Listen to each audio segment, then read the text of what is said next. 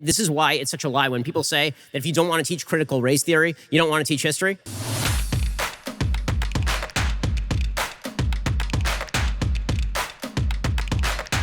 Earlier on in your lecture, you were saying that due process past the 14th Amendment has been equally distributed to all groups across America. No. I didn't say that in practice it has. I said the concept of due process is dedicated to the proposition that people should be treated as individuals. Obviously, segregation and racism and criminal justice up until the Civil Rights Act would suggest that on a practical level, it was not equally distributed, obviously. Okay, so in idea, but in practice, you agree that it was not equally distributed to all groups across America. Sure. Okay, so then how is that in opposition to critical race theory that teaches that these institutions have been used to prosecute certain groups differently than others have been prosecuted? Because that's not what critical race theory teaches. What critical race theory teaches is that supposedly colorblind institutions like due process of law are cover for racism as an institution. Due process of law is a problem because it is not because it is a good concept badly applied or improperly applied. It's because it is in and of itself a discriminatory concept.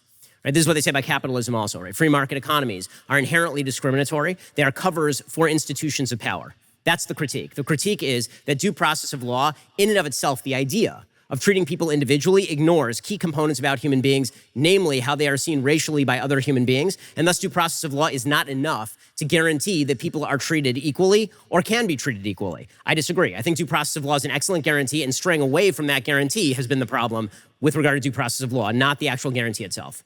So then would you agree not banning critical race theory in public in the theory that they are covers, but would you be a proponent of having the education that these institutions have been used to attack other minority groups across America and that it has had historic scars that are still we still see today? So I wouldn't say that the institutions have been used to abuse I wouldn't say due process of law has been used to abuse minorities. I would say that people have refused to implement due process of law because they wanted to abuse minorities, of course.